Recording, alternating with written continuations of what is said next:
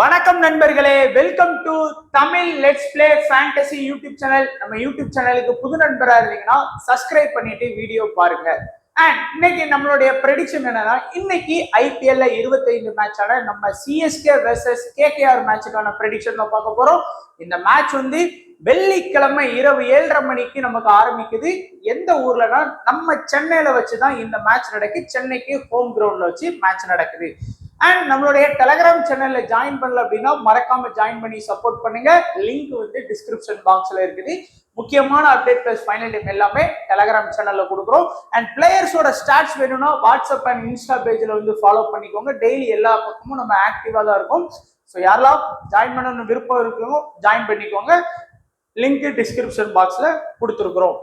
And நம்மளுடைய XL11 ஆப்ல இது வரைக்கும் நீங்க ஜாயின் பண்ணல அப்படின்னா மறக்காம ஜாயின் பண்ணிக்கோங்க. ஃபர்ஸ்ட் உங்களுக்கு 100% ஜிஎஸ்டி அண்ட் டிடிஎஸ் ஃப்ரீ. அதுக்கப்புறம் பாத்தீங்கன்னா நீங்க ஒரு 10 செகண்ட்ல உங்களுடைய காசை இன்ஸ்டன்ட் வித்ட்ராவல் மூலமா எடுத்துக்க முடியும். அண்ட் அதுக்கு அடுத்தபடியா நீங்க இப்போ புதுசா ஜாயின் பண்றீங்க அப்படின்னா உங்களுக்கு 100 ரூபாய் ஆப் சைட்ல இருந்து உங்களுக்கு கொடுக்குறாங்க புது யூசரா இருக்கீங்கன்னா. அண்ட் கடைசியா பாத்தீங்க அப்படின்னா உங்களுக்கு டெய்லி மெகா கான்டெஸ்டும் இருக்கு, ஃப்ரீ கிவ் அவே கான்டெஸ்டும் இருக்கு. நீங்க இப்பதான் முதல் முறையா ஜாயின் பண்ண போறீங்க அப்படின்னா ஜாயின் பண்ணிக்கோங்க. காரணம் என்ன அப்படின்னா உங்களுக்கு 100 ரூபாய் கொடுப்பாங்க. அது போக டெய்லி ஃப்ரீ கிவ் அவே கான்டெஸ்ட்லாம் இருக்கு. அதனால அதை பயன்படுத்திக்கோங்க.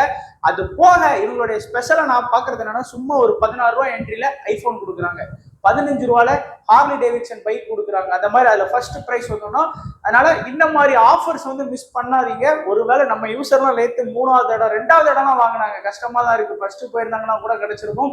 ஒரு நண்பர்லாம் 3வது ரேங்க் அடிச்சு நம்ம டெலகிராம் பாட்ல அனுப்புனாரு. ஸோ ஒரு சில டீம்ஸ் இன்னும் நல்லா இம்ப்ரூவ் பண்ணோம்னா நம்ம கண்டிப்பா நம்ம சேனல் சார்பா வின் பண்ண முடியும். ஸோ XL11 ஆப்ல ஜாயின் பண்ணலாம், ஜாயின் பண்ணிக்கோங்க. உங்களுக்கு எல்லா ஃபியூச்சருமே இருக்குது இதுல, அதனால மிஸ் பண்ணாம ஜாயின் பண்ணிக்கோங்க.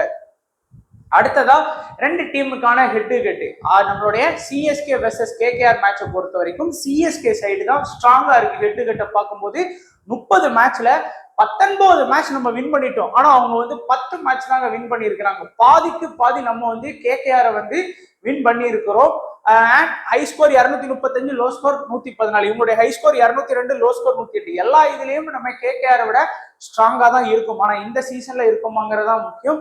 அண்ட் நம்மளுடைய சிஎஸ்கே பிட்ச், இந்த சிதம்பரம் ஸ்டேடியம், நம்ம சிஎஸ்கே கோச்சே சொன்னாரு. என்ன சொன்னாரு? இந்த பிட்ச் எங்களுக்கே எப்படி இதை பண்ணணும்னு தெரியல, எங்க ஹோம் அட்வான்டேஜா இருக்கும் அப்படின்னு நீங்க நினைப்பீங்க. ஆனா எங்களுக்கே இந்த பிட்சை புரிஞ்சுக்கிறதுக்கு முடியல அப்படிங்கிற மாதிரி சொன்னார் ஒரு இன்டர்வியூல. அதுதான் உண்மை. ஏன்னா பேட்டிங் ஃபர்ஸ்ட் பண்ணாலும் சரி, பேட்டிங் செகண்ட் பண்ணாலும் சரி, எல்லாமே சிஎஸ்கே இங்க தோத்துக்கிட்டு இருக்காங்க இந்த சிஎஸ்கே பிட்ச்ல. அதுவும் இத்தனை வருஷமா தோக்காத ஆர்சிபி கூட தோத்தாங்க. அண்ட் இத்தனை வருஷமா தோக்காத டெல்லி கூட ஹோம் பிட்ச்ல தோத்தாங்க. அதனால கொஞ்சம் கஷ்டமா தான் பிட்ச் அவங்களுக்கு சாதகமா இல்லைன்னு சொல்லலாம். அண்ட் பவுண்டரி லைனும் ஓரளவுக்கு பெரிய பவுண்டரி லைன் தான். ஆஃப் சைட் லெக்ஸ் எல்லாம் பாத்தீங்கன்னா 70 மீட்டர்லாம் எந்த பிட்ச்லயுமே போட மாட்டாங்க இந்த ஐபிஎல்ல நான் பார்த்த வரைக்கும். அண்ட் இங்க போட்டிருக்கிறாங்க. பிட்சோட வியூ பாத்தீங்கன்னாலும் தெரியும், நல்ல விரிசல்லாம் இருக்குது. ஆனா 200+ அந்த மாதிரிலாம் ஸ்கோர் சொல்றாங்க பிட்ச் ரிப்போர்ட் அபிஷியலா. மேத்யூ ஹெய்டன் எல்லாருமே எனக்கு தெரிஞ்சு ஒரு 180+ ரன் வரைக்கும் வர்றதுக்கு வாய்ப்பு இருக்கு. ஸ்பின்னுக்கு நம்ம பிட்ச்ல சப்போர்ட் இருக்கு. அண்ட் ஓவராலா நம்ம பிட்ச்ல 3 மேட்ச் நடந்திருக்கு. 3ல 2 மேட்ச் பேட்டிங் ஃபர்ஸ்ட் தான் வின் பண்ணியிருக்காங்க. ஒரே ஒரு மேட்ச் மட்டும் தான் சேசிங் டீம் நம்ம வின் பண்ணோம், மும்பையை அண்ட் ஆவரேஜான ஃபர்ஸ்ட் இன்னிங் ஸ்கோரே 178, ஒரு 180 ஒரு ஆவரேஜான ஸ்கோரா இருக்கு. ஹை ஸ்கோர் ஆர்சிபி, நம்ம ஆர்சிபி ஸ்கோர் பண்ணியிருக்காங்க. லோ ஸ்கோர் நம்ம சிஎஸ்கே 146க்கு ஸ்கோர் பண்ணியிருக்காங்க. அண்ட் லாஸ்டா நடந்த 3 மேட்ச் ரிசல்ட்டை நீங்க பாத்தீங்கன்னா ஒரு சில ஐடியாஸ் கிடைக்கும். எம்ஐ வெர்சஸ் சிஎஸ்கே மேட்ச் பாருங்க. So Mi versus CSK match இது நமக்கு கொஞ்சம் ஓரளவுக்கு சப்போர்ட் கிடைக்கக்கூடிய பிச்சா தான் இருந்தது.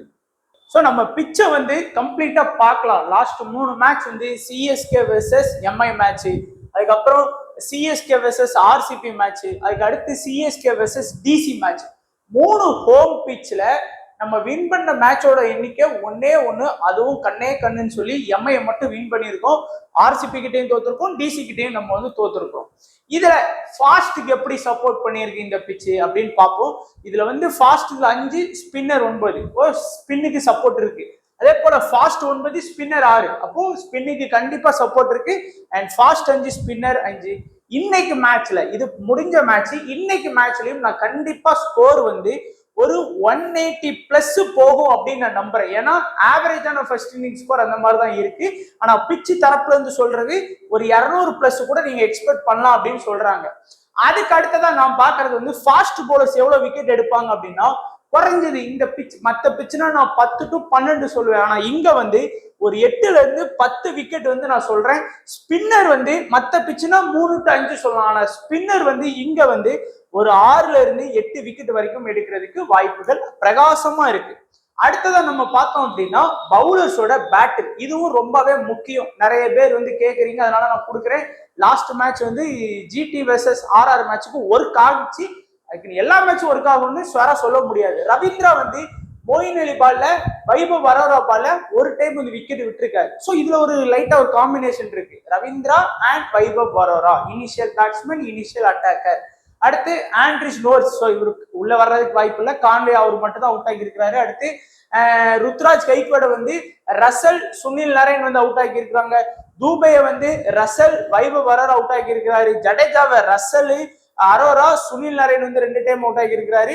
அடுத்து இது வந்து எம்எஸ் தோனி, சரிங்களா? தோனியை வந்து ரசல், சுனில் நரேன், வருண் சக்கரவர்த்தி எல்லாம் அவுட் ஆகி இருக்கிறாங்க. ஸோ பவுலர்ஸோட பேட்டில் பார்த்துக்கோங்க.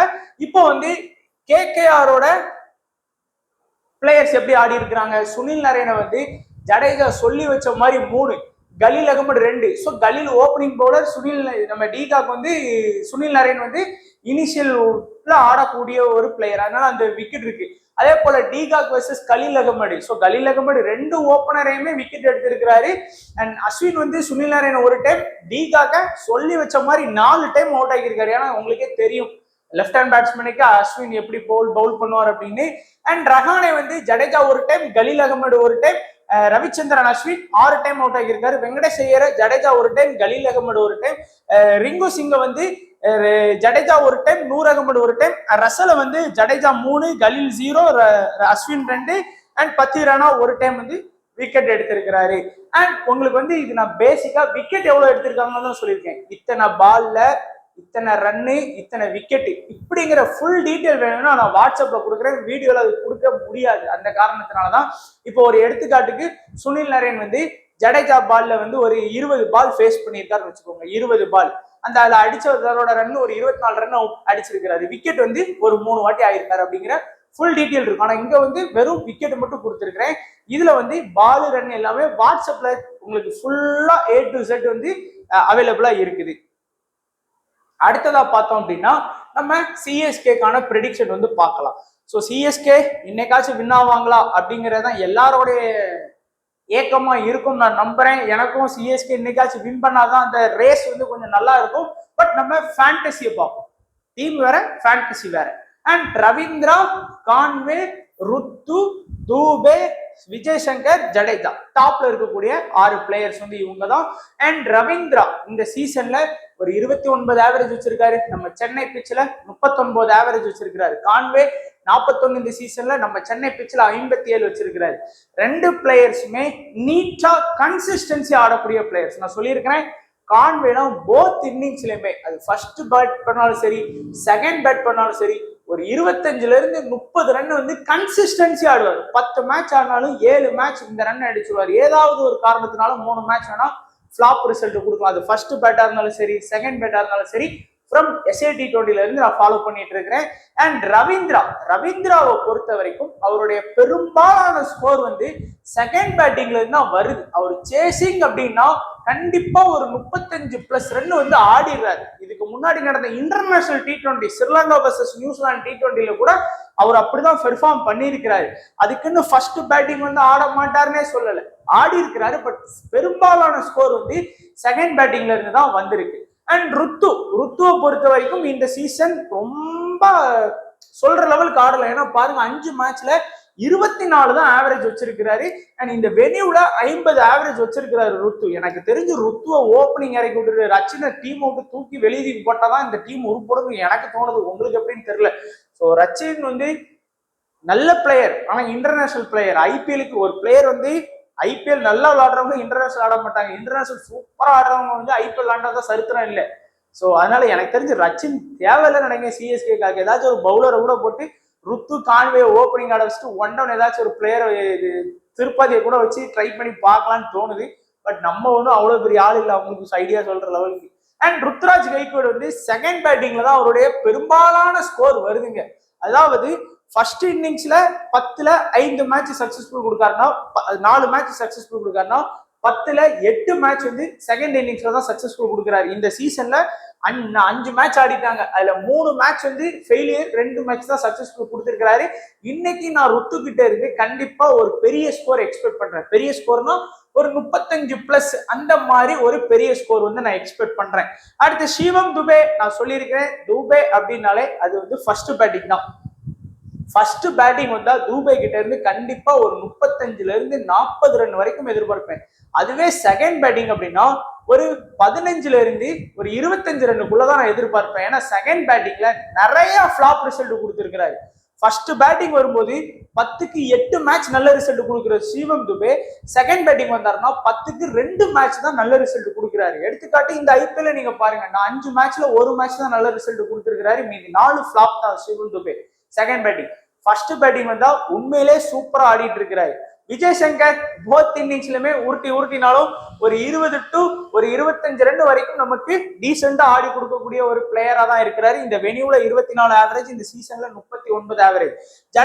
ஜடேஜாவை பத்தி நான் லாஸ்ட் வீடியோல சொல்லியிருந்தேன். அவருடைய 15 T20 மேட்ச் ரிசல்ட் எடுத்து பார்த்தேன் அப்படின்னா எனக்கே ஷாக்கா இருக்கு.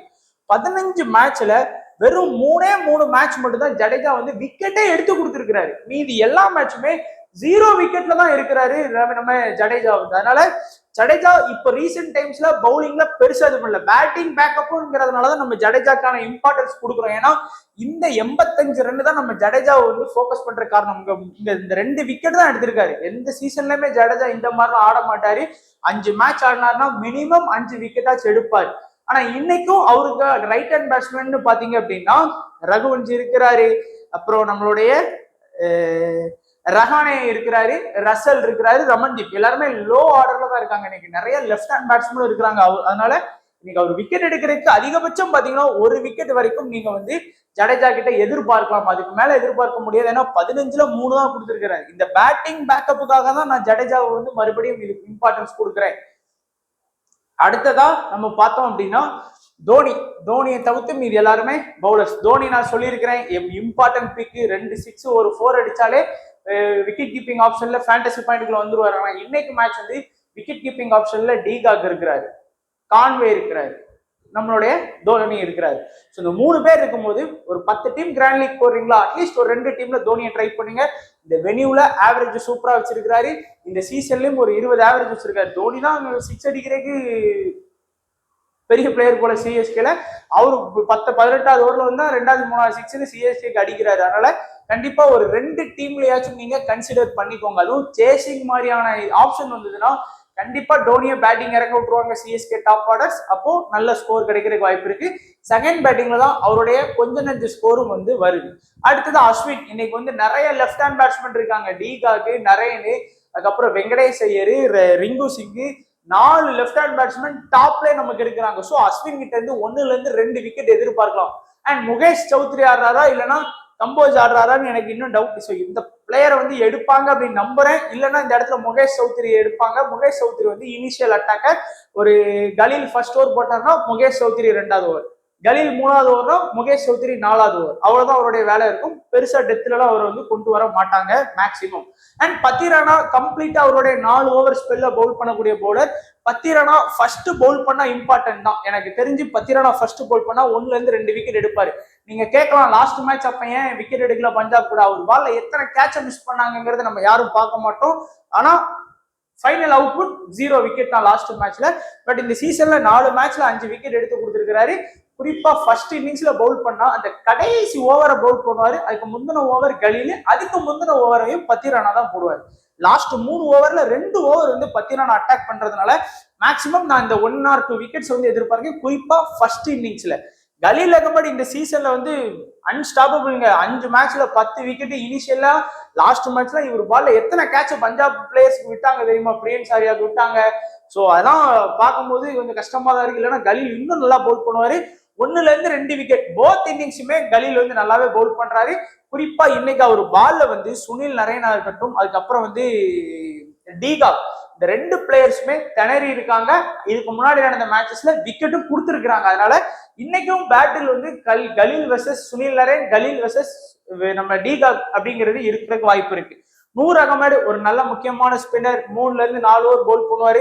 மினிமம் 1ல இருந்து 2 விக்கெட் எதிர்பார்க்கலாம். இன்னைக்கு ஆப்போனன்ட் டீம்ல லெஃப்ட் ஹேண்ட் பேட்ஸ்மேன் நிறைய இருக்கிறாங்க. போத் லெஃப்ட் ஹேண்ட் ரைட் ஹேண்டுக்கு இவர் ஸ்பின் எடுக்கணும். பட் ஸ்பெஷலா லெஃப்ட் ஹேண்ட் பேட்ஸ்மேன் நல்லா விக்கெட் எடுப்பாரு. ஆப்போனன்ட் டீம்ல எக்கச்சக்கமான லெஃப்ட் ஹேண்ட் பேட்ஸ்மேன் இருக்காங்க.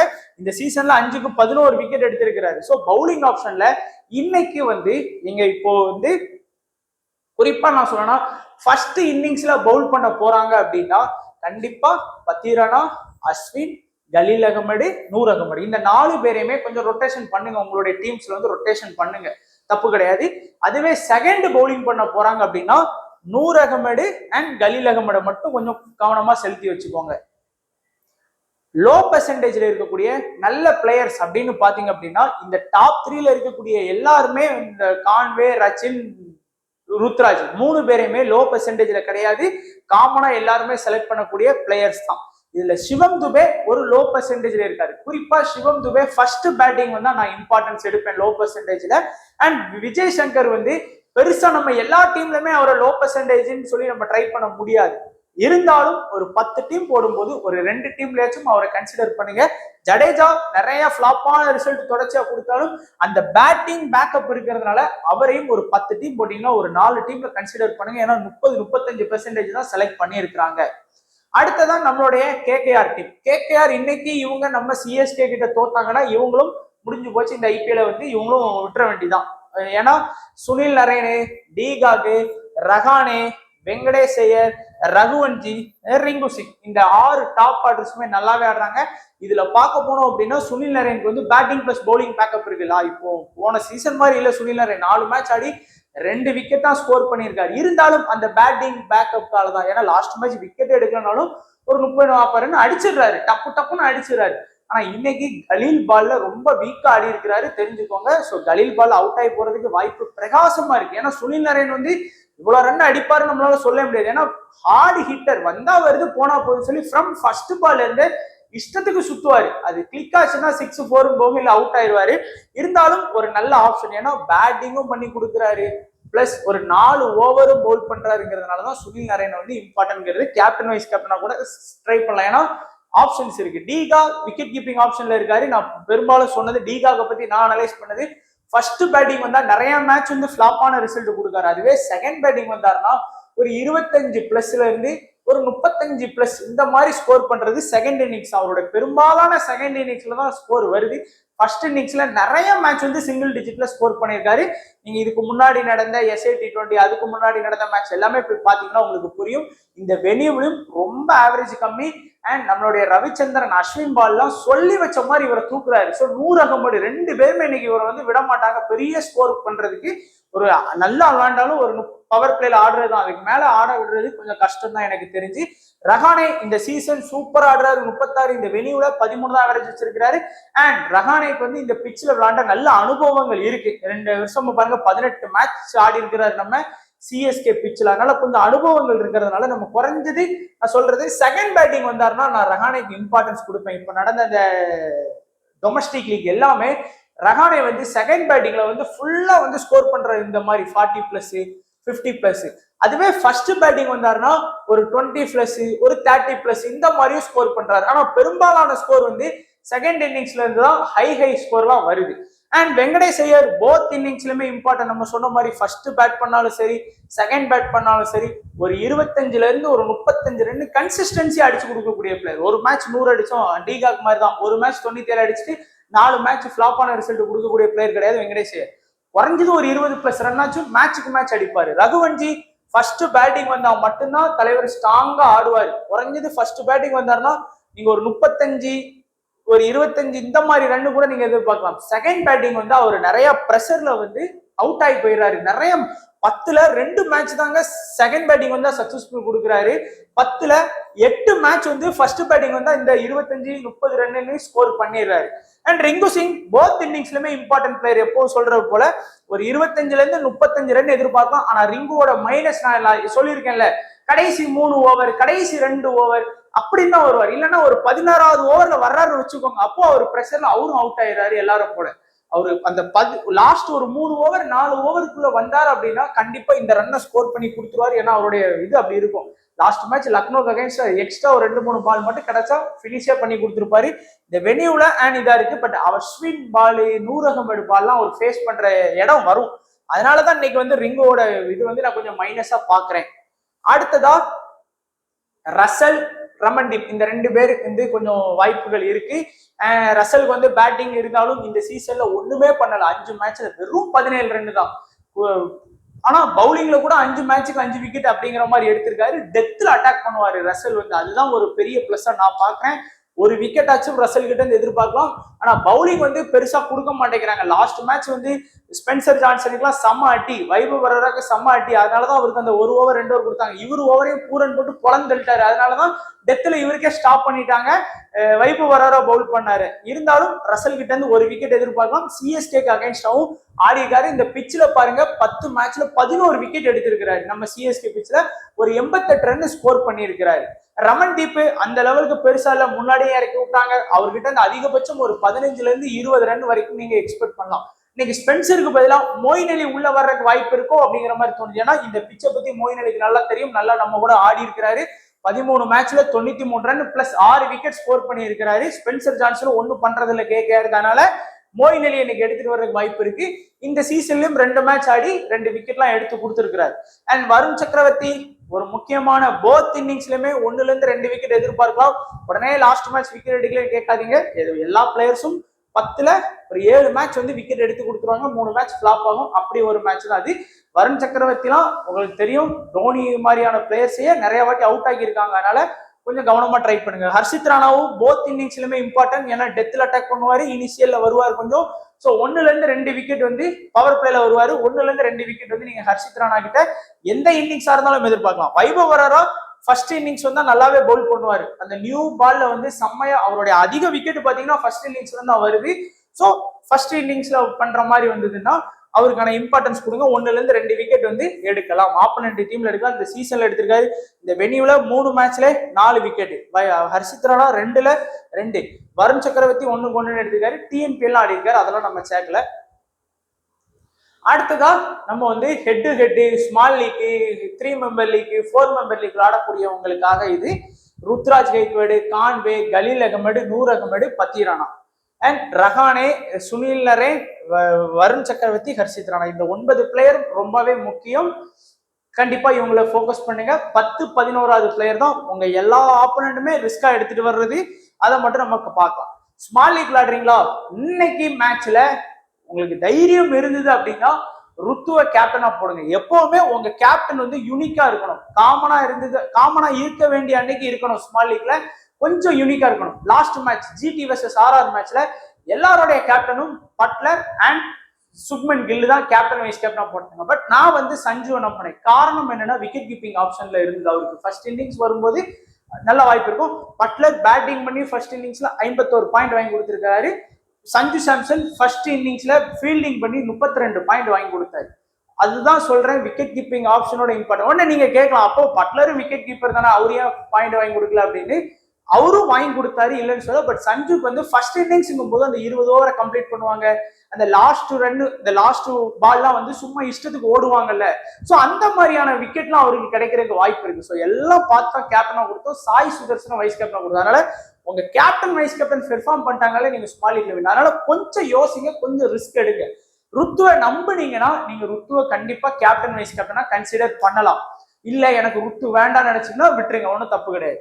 நூர் அகமது நான் 2 விக்கெட் வரைக்கும் இன்னைக்கு எடுப்பாருன்னு நான் எக்ஸ்பெக்ட் பண்றேன்.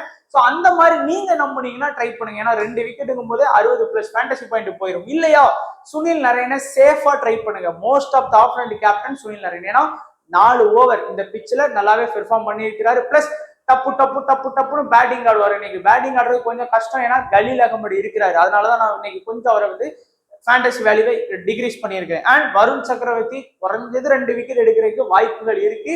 சிஎஸ்கே பயங்கரமா ஆடினாங்கன்னா வேணா அதை தடுக்க முடியும். இல்லைன்னா கண்டிப்பா வருண் வந்து 2 விக்கெட் எடுத்து கொடுத்துருவாரு, எனக்கு நம்பிக்கை இருக்கு. ஸோ இந்த 4 பேருமே நல்ல ஆப்ஷன்ஸ். பட் இதையும் தவிர்த்து இருக்காங்களான்னு கேட்டீங்கன்னா கண்டிப்பா ரச்சினை போடுவாங்க. கான்வேயை போடுவாங்க, அது உங்க ஆப்பனண்ட்டை பொறுத்து. பட் இந்த மோஸ்டா இந்த 4 பேருக்குள்ளே கேப்டன் வைஸ் கேப்டன் வந்து அடக்கிக்கோங்க. அடுத்ததா நம்ம வந்து இன்னைக்கு லோ பெர்சன்டேஜ்ல பார்க்கக்கூடிய இம்பார்ட்டன்ட் பிளேயர் வந்து ஜடேஜா. ஜடேஜாவை என்ன காரணத்துக்காக சொல்றேன் அப்படின்னா, பேட்டிங்கும் இருக்கு பவுலிங்கும் இருக்கு, அந்த காரணத்துக்காக மட்டும்தான். பட் பவுலிங்ல ஒண்ணுமே பண்ணல அவரு இந்த ஒரு 15-10 மேட்சா. இருந்தாலும் லோ பெர்சன்டேஜ்ல இருக்காரு. சிவம் துபே பேட்டிங் ஃபர்ஸ்ட் வந்தாருன்னா கண்டிப்பா நான் ஒரு 10 டீம் போடுறேன் அப்படின்னா ஒரு டீம்ல கிராண்ட் லீக்ல கேப்டனா கூட போடுவேன். டீகா தொடர்ந்து ஃபிளாப்பான ரிசல்ட். ஆனா இந்த பிட்ச்லயும் பெருசா ஆடல. அஸ்வின், நூரகம் எல்லாம் இருக்காங்க. இருந்தாலும் ரிஸ்க் எடுக்கக்கூடியவங்க டீகாக்கு வந்து கேப்டனா போடலாம். ரசல் நம்ம கூட நல்லா ஆடி இருக்கிறாரு, மேட்சுக்கு மேட்ச் ஒரு விக்கெட்லாம் எடுத்து கொடுக்குறாரு. ஸோ இந்த 4 பேரையுமே நீங்க லோ பெர்சன்டேஜ்ல கன்சிடர் பண்ணுங்க. யாரெல்லாம் லோ பெர்சன்டேஜை கன்சிடர் பண்றீங்களோ அவங்க தான் கிராண்ட் லீக்ல நல்ல ரேங்க் போறதுக்கான வாய்ப்புகள் இருக்கு. லாஸ்டா நம்மளுடைய ஸ்மால் லீக் டெமோ டீம் வந்து பாத்திரலாம். ஒன்னு சேஃப், ஒன்னு வந்து ரிஸ்க். நீங்க பார்த்த உடனே கண்டுபிடிச்சிடலாம். கான்வே, ருத்து, ரஹானே, ரச்சின், வெங்கடேஷ் ஐயர், சுனில் நரேன், ஜடேஜா, ரசலி, வருண் சக்கரவர்த்தி, நூர் அகமது, கலீல் அகமது. இது கொஞ்சம் ரிஸ்கான டீம், இது சேஃப் ஃபுல்லா.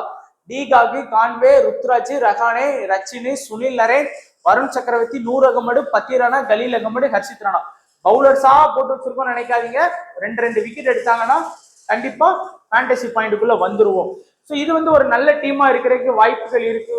நீங்களும் மேக்சிமம் ட்ரை பண்ணி பாருங்க. வீடியோ பிடிச்சிருந்தா லைக் பண்ணுங்க, உங்க ஃப்ரெண்ட்ஸுக்கு ஷேர் பண்ணுங்க. தொடர்ந்து உங்களுடைய கருத்துக்களை கமெண்ட் செக்ஷன்ல சொல்லுங்க, நம்ம வந்து டிஸ்கஸ் பண்ணலாம். அதை பார்க்குறவங்களுக்கும் இன்னும் வந்து யூஸ்ஃபுல்லா இருக்கும். ஸோ கமெண்ட் செக்ஷனை அதுக்காக பயன்படுத்திக்கோங்க. யாருக்காச்சும் ஏதாச்சும் ஒரு பிரச்சனை அப்படின்னா என்னால கமெண்ட் செக்ஷன்ல ஏதாச்சும் ஒன்று கேட்டீங்க அப்படின்னா அதுல எனக்கு ரிப்ளை கொடுக்க முடியாது, பெருசா டைப் பண்ண முடியாது. நம்ம பாட்ல மெசேஜ் பண்ணுங்க. அதுதான் நம்ம சேனலோட இதுல நம்ம பாட்டோட இதை நான் மென்ஷன் பண்ணி வச்சிருக்கேன். அதை அதுல வந்து யூஸ் பண்ணீங்கன்னா நான் வாய்ஸ் மெசேஜாவே உங்களுக்கு ரிப்ளை பண்ணிடுவேன். ஏன்னா உட்காந்து ரொம்ப நேரம் நம்மளால டைப் பண்ணா உங்களுக்கும் புரியாது நான் என்ன சொல்ல வர்றேன்னு சில விஷயங்கள். ஸோ வாய்ஸ் மெசேஜா பண்ணோம்னா ஈஸியா இருக்கும். யூடியூப்ல பண்ண முடியாது, அதனால டெலகிராம்லேயும் கொடுக்குறேன். ஸோ சப்போர்ட் பண்ணுங்க. 4 பேருக்கு உங்க ஃப்ரெண்ட்ஸுக்கு ஷேர் பண்ணுங்க. இன்னைக்கு சிஎஸ்கே வின் பண்ணுவாங்களா மாட்டாங்களாங்கிறதையாச்சும் கமெண்ட் செக்ஷன்ல சொல்லுங்க, பார்ப்போம். நீங்க சிஎஸ்கே சப்போர்ட்டர்னா சொல்லுங்க எப்படி போகும் இன்னைக்கு மேட்ச் அப்படிங்கிறதையாச்சும் ஷேர் பண்ணிக்கோங்க. வீடியோ பார்த்த எல்லா நண்பர்களுக்கும் நன்றி, வணக்கம். தேங்க்ஸ் ஃபார் வாட்சிங் நண்பா.